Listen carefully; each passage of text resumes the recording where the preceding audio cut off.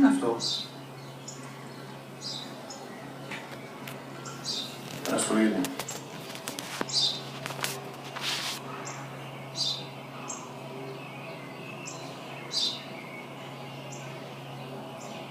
Τι είναι αυτό? Μόλις τώρα στο πατέρα, σπουργίτι είναι.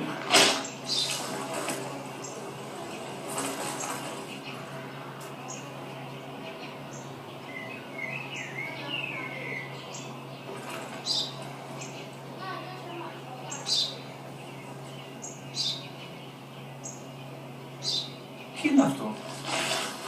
Ένα σπουργίτι είναι, πατέρα. Ένα σπουργίτι. Σπου-γι-τι.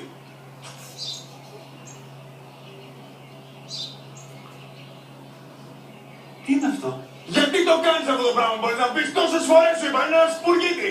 Δεν το καταλαβαίνεις. Πού πας?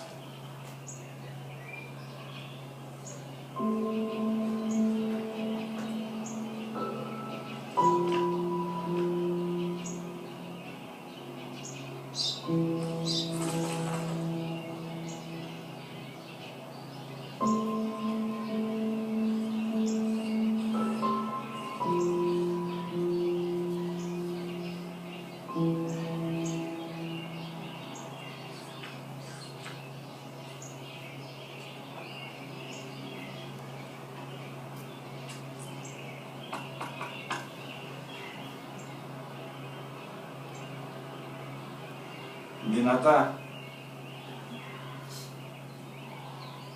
Σήμερα ο μικρός μου γιος που πριν λίγες μέρες έκλεισε λατρεία καθόταν μαζί μου έξω στο πάρκο όταν ένα σπουργίτι ήρθε και κάθισε απέναντί μας. Ο γιος μου ερώτησε 21 φορές τι ήταν αυτό και το απάντησε και τις 21 φορές ότι ήταν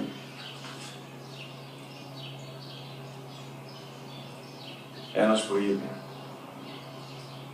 Τον αγκάλιασα τρυφερά και τις 21 φορές που μου έκανε την ίδια ερώτηση, ξανά και ξανά, χωρίς να εκνευριστώ, νιώθοντας στοργή για το αθώο μου ωράκι.